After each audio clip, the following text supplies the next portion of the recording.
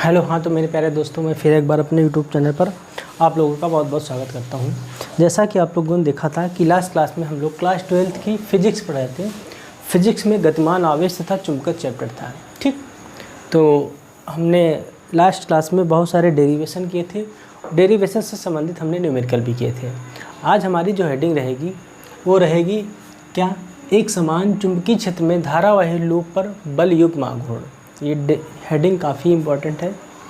तो आइए देखते हैं ये हेडिंग क्या है। ठीक, हेडिंग कह रही है एक समान चुंबकीय क्षेत्र में धारावाही लूप पर बल युग्म आघूर्ण।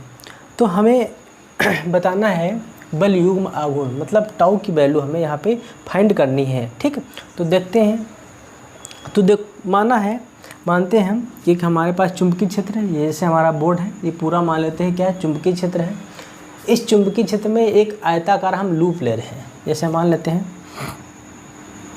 ये क्या लिया हमने, ये आयताकार एक लूप लिया है। ठीक, ये क्या लिया है, एक आयताकार लूप लिया है।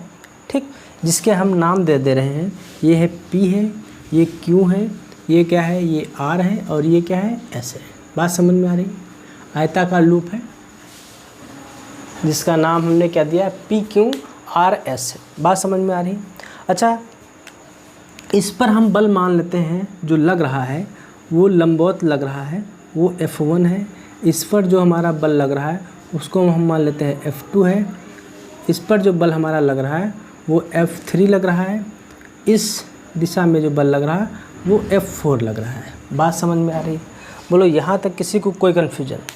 देखिए, डायग्राम हम बना रहे हैं, इस डायग्राम को हम समझेंगे। ठीक, हम मान लेते हैं कि जो लूप की लंबाई है वो क्या मान लेते हैं, L है। जो लूप की लंबाई मान लेते हैं क्या है, L है। और जो चौड़ाई मान लेते हैं वो क्या है, B है। ठीक है, ये हमने माना है अपनी तरफ से, इसमें कोई दिक्कत नहीं। अब देखिए, जो हमने बनाया है डायग्राम, इसी के बारे में हमें थोड़ा सा लिखना पड़ेगा। ठीक, और इस पूरे लूप में धारा I प्रवाहित हो रही है। ठीक, तो धारा हम I यहाँ पर ये शो करा दे रहे हैं। बात समझ में आ रही, ये धारा हमने शो करा दिया I। अब देखिए, जो मैंने बनाया है, फिगर जो बनाया है, इसी के बारे में हमें थोड़ा सा लिखना पड़ेगा। तो लिखेंगे क्या, माना एक समान चुंबकीय क्षेत्र में एक आयताकार लूप PQRS तल के लंबवत रखा गया है। ठीक है, तल के क्या किया गया है, लंबवत रखा गया है, जिसमें प्रवाहित धारा I है। ठीक, लंबाई क्या है, L है, और चौड़ाई क्या है, B है। इतनी बात हमें लिखना पड़ेगा। तो क्या लिखेंगे, माना एक समान चुंबकीय क्षेत्र में क्या, माना एक समान चुंबकीय क्षेत्र में एक आयताकार लूप PQRS तल के लंबवत रखा है। ठीक है, तल के लंबवत रखा है। बात समझ में आ रही है, क्या तल के लंबवत रखा है। लूप में क्या लिखेंगे, लूप में धारा I प्रवाहित होती है,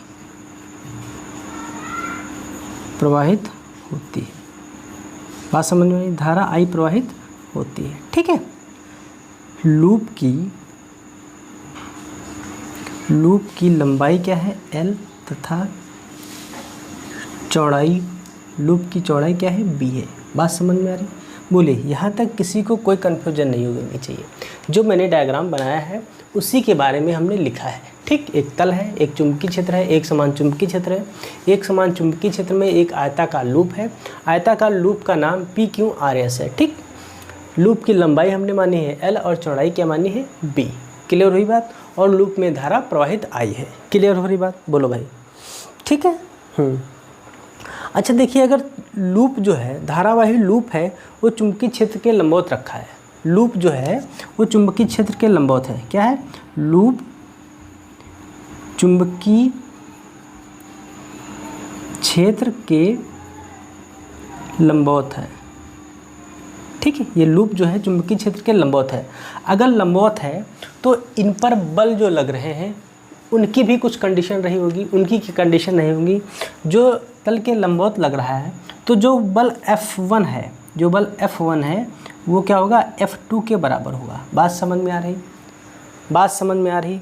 और जो बल F3 है वो किसके बराबर होगा, F4 के बराबर होगा। बोलो बात समझ में आ रही। जो बल F1 है वो किसके बराबर होगा, F2 के बराबर होगा। और जो बल F3 है वो किसके बराबर होगा, F4 के बराबर होगा। कब, जब लूप तल के लंबवत रखा होगा तब। क्लियर हुई बात। अच्छा, थोड़ा सा इस लूप को हम झुका दें, जैसे हम ये रखा है तल के लंबवत, थोड़ा सा इसको फील करो कि इसको हम झुका दें। तो लूप को झुकाने के बाद, ठीक है, ध्यान दीजिएगा, लूप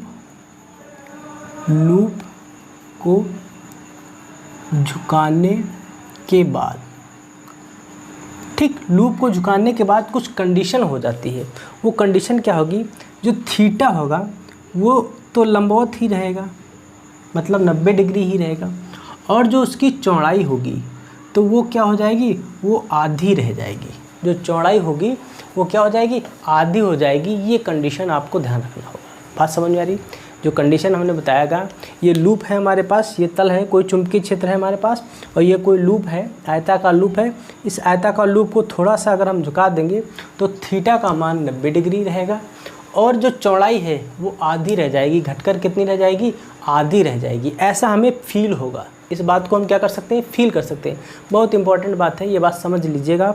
बस एक सेकंड रुकना, थोड़ा सा मैं देख लूँ कोई प्रॉब्लम तो नहीं है।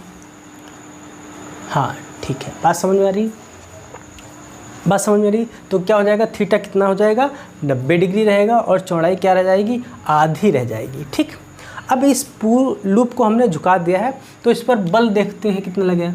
जो बल लगता है वो IBL sin थीटा के बराबर लगता है। इस लूप पर जो बल लगेगा वो क्या लगेगा, IBL sin थीटा के बराबर लगेगा। बात समझ में आ रही। अच्छा देखिए, थीटा कितना है, 90 डिग्री है, तो यहाँ से जो बल निकल के आएगा वो IBL बराबर आ जाएगा, IBL के बराबर आ जाएगा, क्योंकि sin 90 का मान क्या होता है, 1 होता है। बात समझ में आ रही है, बोलो भाई, यहाँ तक बात समझ में आ रही है। अच्छा, हमें निकालना क्या है, बल आघूर्ण। क्या निकालना है, बल आघूर्ण। क्या निकालना है, बल आघूर्ण।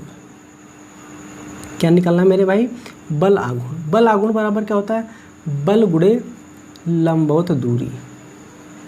क्या होता है, बल गुणे लंबवत दूरी। अच्छा, बल कितना है, बल है IBL।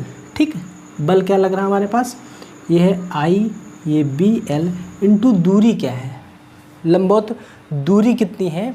तो देखिए दूरी क्या है, यही हमारी हो जाएगी ये B/2 और साइन ऑफ थीटा। क्या, साइन ऑफ थीटा। अच्छा, बल आघूर्ण क्या होता है हमारे पास, टाउ होता है, जो ऐसे हम लोग बनाते हैं। क्लियर हुई बात। अच्छा, ये तो हमने निकाला है सिर्फ चौड़ाई के लिए। अगर हम संपूर्ण बल आघूर्ण निकाल लें, क्या निकालें, संपूर्ण बल आघूर्ण। क्या निकालें, संपूर्ण बल आघूर्ण। अगर संपूर्ण बल आघूर्ण निकालेंगे तो लिखेंगे क्या, संपूर्ण बल आघूर्ण के लिए। बात समझ में आ रही। तो जो टाउ होगा वो 2 टाउ के बराबर हो जाएगा। जो संपूर्ण बल आघूर्ण होगा इससे हम टाउ टी लिख देते हैं, टोटल बल आघूर्ण। बात समझ रहे हैं, बात समझ रहे हैं, नहीं समझ रहे हैं। जो हमने टाउ टी लिखा है इसका मतलब होता है टोटल बल आघूर्ण, टोटल टार्क्यू, इंग्लिश में बोलते हैं टोटल टार्क्यू। ठीक है, 2 × में मतलब पहले वाले बल आघूर्ण का 2 गुना। भाई देखिए कैसे 2 गुना होगा। अगर हम देखें, जितना PQ उतना ही तो RS है, और जितना PR है उतना ही तो SQ है। आयताकार में आमने सामने की भुजाएं बराबर होती हैं, तो जो पहले वाला था बल आघूर्ण उसको हम अगर डबल कर दें तो हमें टोटल बल आघूर्ण मिल जाएगा। क्लियर हुई बात, बोलो भाई, बात समझ में आ रही। अब यहाँ से हम कुछ हल करते हैं। देखिए ये 2 तो ऐसे रहेगा, टाउ की वैल्यू क्या है, ये है I, ये है B, ये L इंटू में B/2, ये हो जाएगा साइन ऑफ थीटा। देखिए 2 से क्या 2 कैंसिल हो गया, क्या 2 से 2 कैंसिल हो गया। अब बच यहाँ पर क्या रहा है, बच यहाँ पर रहा है, ये बच रहा है, ये बच रहा I, ये B, ये L है ना, हाँ, और क्या बच रहा है, और ये B बच रहा है, ये साइन थीटा बच रहा है। अच्छा, एक फार्मूला आपने पढ़ा होगा कि जो एरिया होता है, एरिया होता है वो लंबाई और गुणे चौड़ाई के बराबर होता है। क्षेत्रफल जो होता है वो लंबाई और गुणे चौड़ाई के बराबर होता है। अच्छा, इस चीज़ को अगर हम ऐसे ब्रैकेट में लिख लें तो कोई दिक्कत, बोलो भाई, इस बात को याद रखना। तो देखिए ये हो गया आई, ये बी, इसके स्थान पे हम लोग क्या लिख सकते हैं, ए और साइन थीटा। बोलिए भाई, बात समझ में आ रही? ये क्या है, टोटल टार क्यू, ये क्या है, टोटल टार क्यू। क्लियर हुई बात? बोलो, बात समझ में आ रही? यही हमें क्या करना था, निकालना था। यही हमें क्या करना था, निकालना था। एक समान चुंबकीय क्षेत्र में धारावाही लूप पर बल युग्म आघूर्ण। तो बल युग्म आघूर्ण क्या होता है, आई ए बी साइन थीटा, जहाँ पर आई क्या है, लूप में प्रवाहित धारा, बी क्या है, लूप का चुंबकीय क्षेत्र, ए क्या है, इस पूरे लूप का क्षेत्रफल, और थीटा तो आपको पता ही है। क्लियर? अच्छा, मान लो इस पूरे लूप में फेरों की संख्या n हो। मान लो इस लूप में फेरों की संख्या n हो, तो टाउ इज इक्वल टू क्या लिखेंगे, tau two is equal to लिखेंगे n i a b sine of theta. ठीक है, देखिए तब फार्मूला हमारे पास क्या हो जाएगा, ये हो जाएगा। क्लियर हुई? वेरी वेरी इंपॉर्टेंट है। इस फार्मूले से हम एक नहीं, कम से कम जितने भी सवाल हैं उसमें से आधे सवाल इसी फार्मूले पर बेस्ड है। क्लियर? तो काफ़ी इंपॉर्टेंट है ये फार्मूला, नोट कीजिए। तब तक हम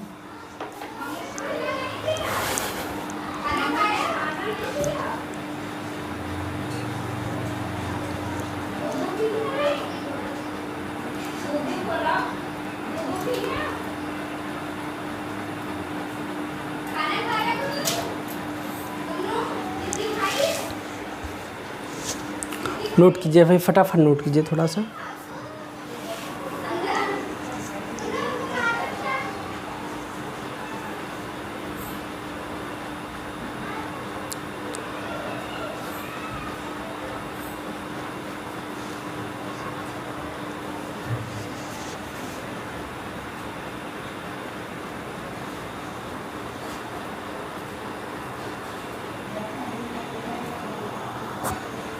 हो गया? नेक्स्ट हेडिंग लिखिए, चुंबकीय द्विध्रुव आघूर्ण। मिटा रहे हैं? अगर हम मिटा देते हैं तो वीडियो को आप रोक लीजिए, आराम से नोट कीजिए, लेकिन नोट सब करना है, छोड़ना कुछ नहीं है। बहुत इम्पॉर्टेंट क्लास है आज की हमारी ये फिजिक्स की। नेक्स्ट हेडिंग लगाना, चुंबकीय द्विध्रुव आघूर्ण।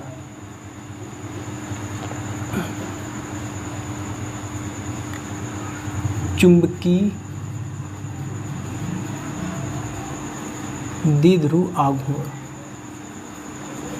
ठीक, ये देखिए है क्या।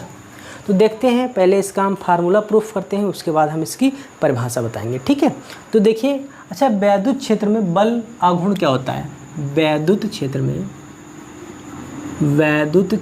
में बल आघूर्ण, जो वैद्युत क्षेत्र में बल आघूर्ण होता है वो टाउ इज इक्वल टू क्या होता है, पी ई साइन थीटा है, जो कि हमने फर्स्ट चैप्टर में आपको पढ़ाया था।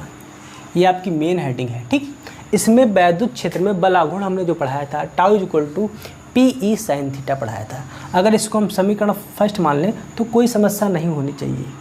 अच्छा, चुंबकीय क्षेत्र में बल आघूर्ण अगर निकालें हम, किसमें, चुंबकीय क्षेत्र में, देखते हैं चुंबकीय क्षेत्र में बल आघूर्ण। चुंबकीय क्षेत्र में जो बल आघूर्ण होता है वो भी टाउ इज इक्वल टू होता है। वो टाउ इज इक्वल टू क्या होता है, ये होता है आई ए बी साइन थीटा। अभी हमने निकाला है, क्या होता है, आई ए बी साइन थीटा। ये अभी हमने निकाला है। इसको समीकरण क्या मान लें, सेकंड मान लेते हैं। थोड़ा सा यहाँ से देखिए, एक फार्मूला हम बनाना चाहते हैं। अगर वो फार्मूला आप समझ गए तो आपको आसानी रहेगी ये कुछ पढ़ने में। ठीक है, देखिए, अगर यहाँ पे हम क्या लिखें, यहाँ पर हम ये भी लिख सकते हैं, ये उस वाले फार्मूले को, तो क्या लिख लें, एन लिख लें, क्या लिख लें, एन लिख लें, आई लिख लें और ए लिख लें और बी लिख लें और साइन थीटा लिख लें। देखिए, इस चीज़ को हम ऐसे भी लिख सकते हैं। थोड़ा सा समझने के लिए इस चीज़ को हम ब्रैकेट में अगर बंद कर दें तो कोई दिक्कत नहीं होनी चाहिए। इसको कहते क्या हैं, ज़रा यही हम समझाना चाहते हैं।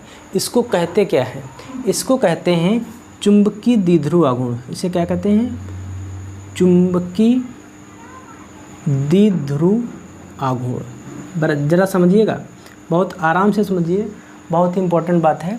इस NIA को क्या कहते हैं, चुंबकीय द्विध्रुव आघूर्ण। बात समझ में आ रही, जिसे हम लोग M से प्रदर्शित करते हैं, जिसे हम लोग एम से प्रदर्शित करते हैं, कैपिटल एम से। बात समझ में आ रही है? तो capital M is equal to क्या लिख सकते हैं, एन आई ए। क्या लिख सकते हैं, एन आई ए। बात समझ में आ रही? बोलिए इस फार्मूले जो हमें ज्ञात करना था, चुंबकीय द्विध्रुव आघूर्ण, जो हमने हेडिंग बताई थी चुंबकीय द्विध्रुव आघूर्ण, अगर हम इसको क्या देखें, इसको टाउ के पदों में देखें तो हम क्या लिख सकते हैं भाई, क्या लिख सकते हैं, इस पूरे के स्थान पे क्या लिख सकते हैं, एम। इस पूरे के स्थान पे क्या लिख सकते हैं, एम। तो टाउ इज इक्वल टू जो मिलेगा वो मिलेगा एम, क्या मिलेगा, बी और साइन थीटा। देखिए फार्मूले का इन्वेंशन देखिए कहाँ से फार्मूला मूव कर रहा है, ज़रा देखिए फार्मूला कहाँ से मूव कर रहा है, ये बहुत इंपॉर्टेंट बात है। देखिए हमने बताया एन आई ए जो होता है वो चुंबकीय द्विध्रुव आघूर्ण होता है, इसे एम से प्रदर्शित करते हैं। किससे, एम से प्रदर्शित करते हैं। तो एम इज इक्वल टू जो मिला एन आई ए मिला, क्या मिला, एन आई ए। ये एन लिखा है भाई, एम नहीं समझना, ये क्या है, एन, एन आई ए मिला। अच्छा देखिए एम इज इक्वल टू जब एन आई ए होता है तो जो एम एन आई ए था इसके स्थान पे हम एम रख सकते हैं। तो लिखो, देखो एन एम ये हो गया, बी साइन थीटा। तो टाउ इज इक्वल टू क्या मिला, एम बी साइन थीटा, जहाँ पर एम क्या है, चुंबकीय द्विध्रुव आघूर्ण। क्या है, चुंबकीय द्विध्रुव आघूर्ण। अब हम इसकी निकालते हैं परिभाषा। देखना थोड़ा सा फार्मूले को भी हमें और मूव करना पड़ेगा। इन सभी फार्मूलों का यूज है कब है, जब हम न्यूमेरिकल सॉल्व करेंगे तब इन सभी फार्मूलों का हम यूज करेंगे। ज़रूरी है कि इन सब फार्मूलों से आपको हमें परिचित कराना। अगर इन सभी फार्मूले को आप समझ गए तो जो न्यूमेरिकल हैं प्रश्नावली में वो सब आप बड़ी आसानी से कर लेंगे। देखते हैं इस फार्मूले को हम लोग देखते हैं। देखिए फार्मूला भी हमें क्या मिला है, tau is equal to M B sine theta, M B sine theta. देखिए अगर यहाँ से थीटा को हम लोग क्या करें, अगर यहाँ से थीटा को हम लोग 90 डिग्री कर लें और बी की वैल्यू 1 मान लें, बी की वैल्यू क्या मान लें, 1 मान लें, तो टाउ इज इक्वल टू क्या मिलेगा भाई, साइन 90 का मान क्या हो जाएगा 1, बी का मान क्या हो जाएगा 1, तो यहाँ पर क्या मिलेगा एम, क्या मिलेगा एम। यहाँ पर हमें टाउ इज इक्वल टू क्या मिला, एम, क्या मिला, tau is equal to M. दो बातें हमें यहाँ पे देखने को मिली, एक तो टाउ मिला है और एक तो एम लिखा है।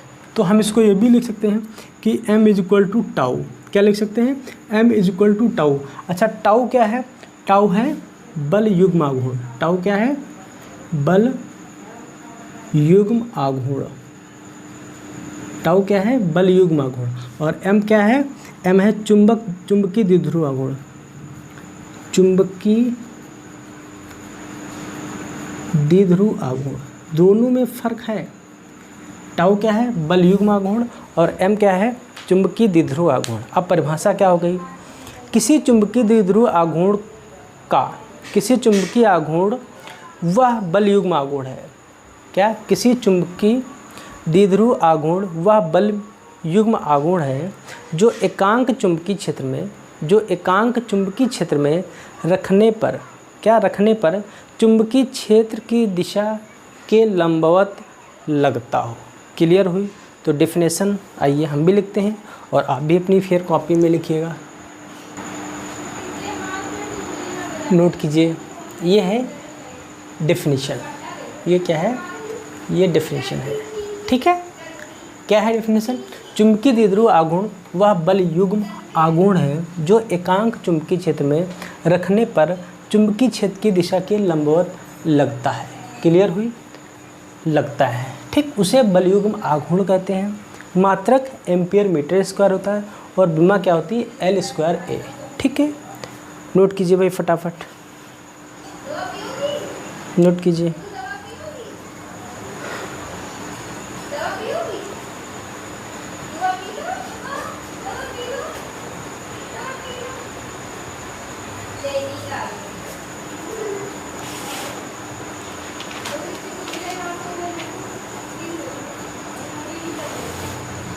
हो गया? हाँ, नोट कीजिए भाई फटाफट।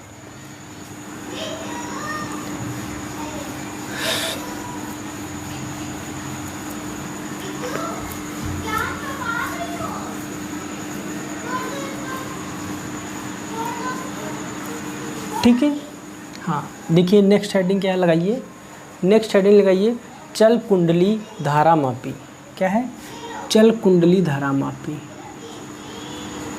चल कुंडली धारा मापी। ठीक, ये हेडिंग है, चल कुंडली धारा मापी। देखिए, चल कुंडली धारा मापी एक ऐसी युक्ति है जिसकी सहायता से परिपथ में धारा का संसूचन किया जाता है। तो क्या है इसकी डेफिनेशन लिखिए। यह एक ऐसी युक्ति है ना, युक्ति है जिसकी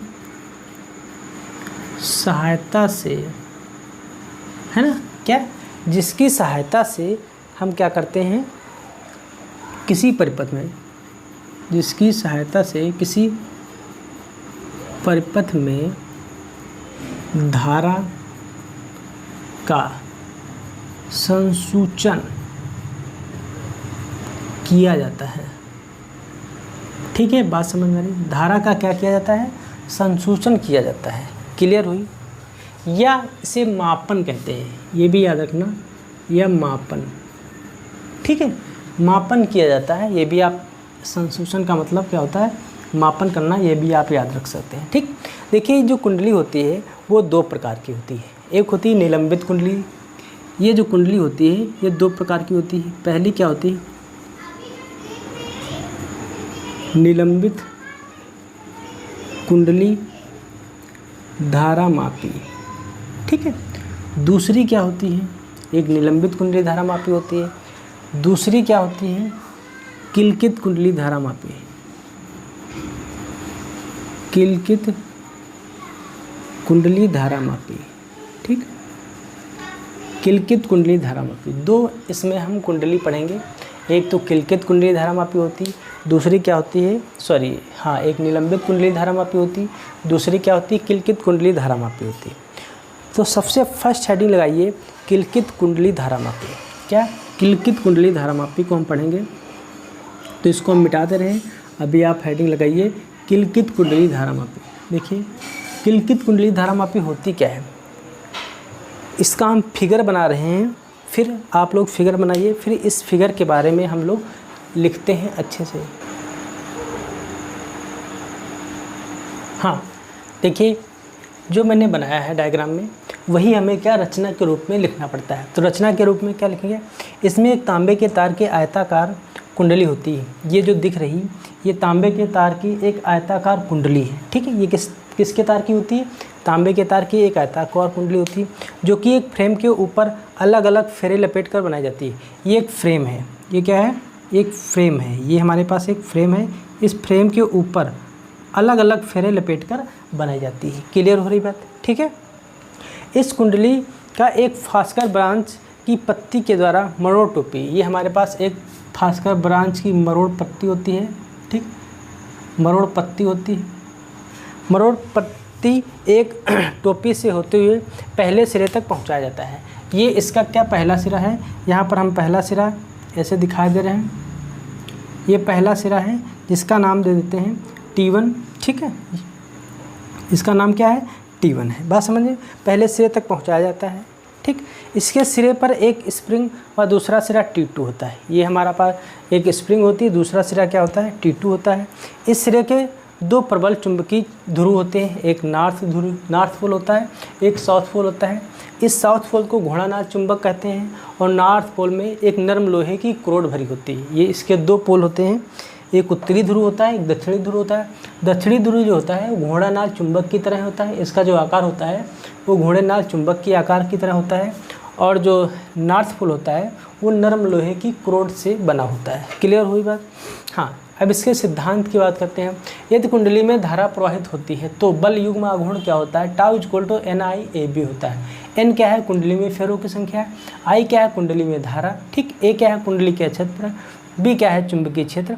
और थीटा क्या है? The angle between area vector of coil and magnetic field. जो थीटा हमारे पास है वो magnetic field and area vector के बीच का हमारा एंगल है। क्लियर हुई बात? ये सिद्धांत काफ़ी इंपॉर्टेंट है। चल कुंडली धारा मापी। क्या है? चल कुंडली धारा मापी। नोट कीजिए फटाफट, नोट कीजिए फटाफट, नोट कीजिए।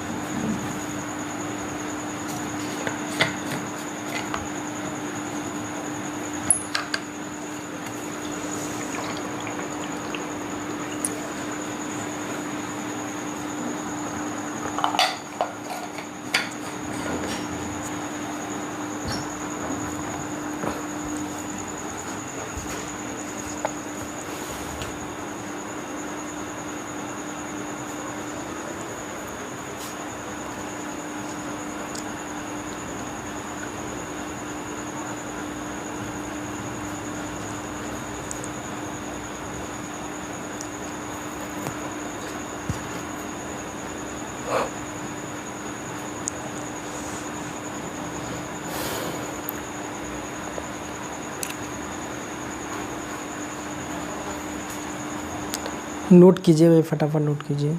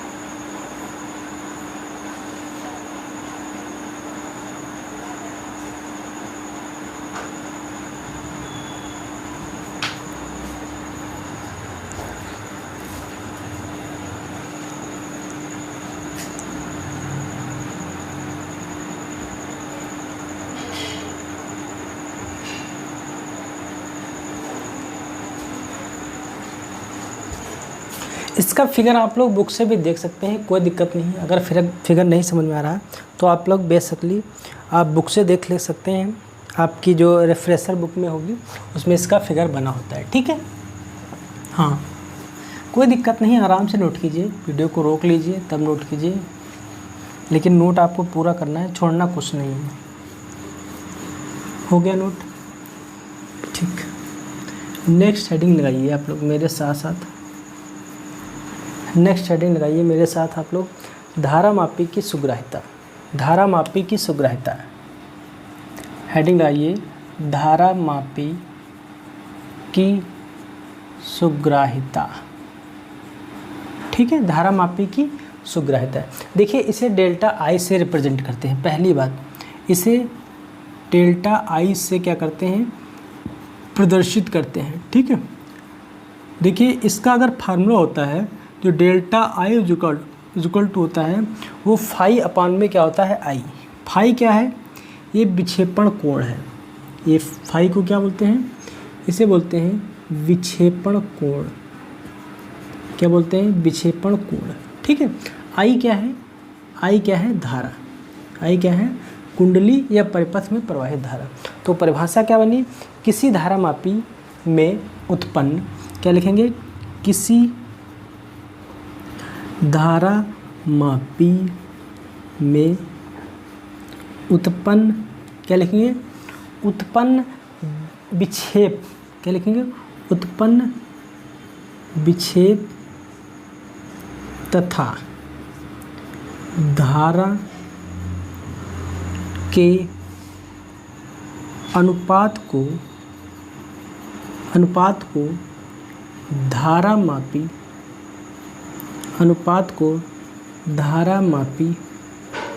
की सुग्राह्यता कहते हैं, ठीक है। क्या कहते हैं, धारामापी की क्या कहते हैं, सुग्राह्यता। क्लियर हुई बात? बोलो, बात समझ में आ रही? हाँ, नोट कीजिए, फटाफट नोट कीजिए, नोट कीजिए। नेक्स्ट हेडिंग लिखिए, धारामापी की वोल्टेज सुग्राह्यता। धारामापी की वोल्टेज सुग्राह्यता, धारामापी की वोल्टेज सुग्राह्यता, ठीक है। धारामापी की वोल्टेज सुग्राह्यता, देखिए इसे डेल्टा वी से प्रदर्शित करते हैं। ये होता है फाई अपॉन में वी। ये क्या होता है, इसका फार्मूला देखें तो फाई अपॉन वी होता है। अगर इसकी परिभाषा की बात करें तो क्या होती है, किसी धारामापी में उत्पन्न विक्षेप, ठीक, किसी धारामापी में उत्पन्न विक्षेप व सिरों के बीच विभवांतर के अनुपात को क्या कहेंगे, धारामापी की वोल्टेज सुग्राह्यता कहेंगे। तो परिभाषा क्या लिखेंगे, परिभाषा लिखेंगे, किसी धारामापी में उत्पन्न विक्षेप व उनके सिरों के बीच विभवांतर को धारा मापी की वोल्टेज सुग्राह्यता कहते हैं। क्लियर हुई बात? काफ़ी इम्पोर्टेंट डेफिनेशन है, ये डेफिनेशन पूछी भी जाती हैं, इनसे फार्मूला भी बनता है। फार्मूला क्या बनता है? देखिए, एक फार्मूला हम बनाना चाह रहे हैं, उस फार्मूले को देखिए। लिखा है जैसे delta V is equal to, अभी भी हमने लिखा है delta V is equal to 5/v। क्या लिख दिया हमने? ये लिख दिया 5/v। देखिए फार्मूले को बनाते हैं। ओम साहब ने कहा था v is equal to I R होता है। क्या होता है? v is equal to I R होता है। तो 5 में क्या लिखेंगे? I R. क्या लिखेंगे? एक तो फार्मूला ये बना। देखिए फार्मूला हम बना सकते हैं, इसमें कोई डाउट नहीं है, ठीक, इसमें कोई डाउट नहीं है, ठीक। देखिए v इज इक्वल टू क्या लिखा? I R. अगर इस फार्मूले को हम और बनाना चाहेंगे तो क्या लिख सकते हैं? Delta v is equal to, इसको लिख सकते हैं 5 में ये हो जाएगा C/n AB इंटू में 5। इस फार्मूले को हम भी यहाँ से बना सकते हैं। तो 5 से 5 कैंसिल हो जाएगा, तो लिख क्या सकते हैं? लिख सकते हैं NAB में CR। एक तो फार्मूला हमें ये मिलेगा, ठीक है। यहाँ पर क्या क्या है? यहाँ पर पद कौन कौन से हैं ये भी अगर पूछ ले तो हम बता सकते हैं। ये C क्या है? धारिता है। R क्या है? प्रतिरोध है। B चुंबकीय क्षेत्र। A area. N क्या है? N क्या है? नंबर ऑफ फेरों की संख्या है। N क्या है? नंबर ऑफ फेरों की संख्या। क्लियर हुई बात? हाँ, नोट कीजिए भाई, फटाफट नोट कीजिए।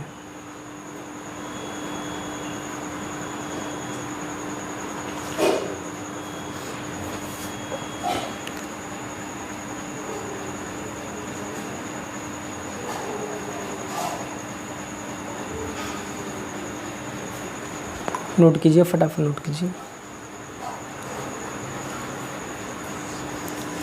हो गया?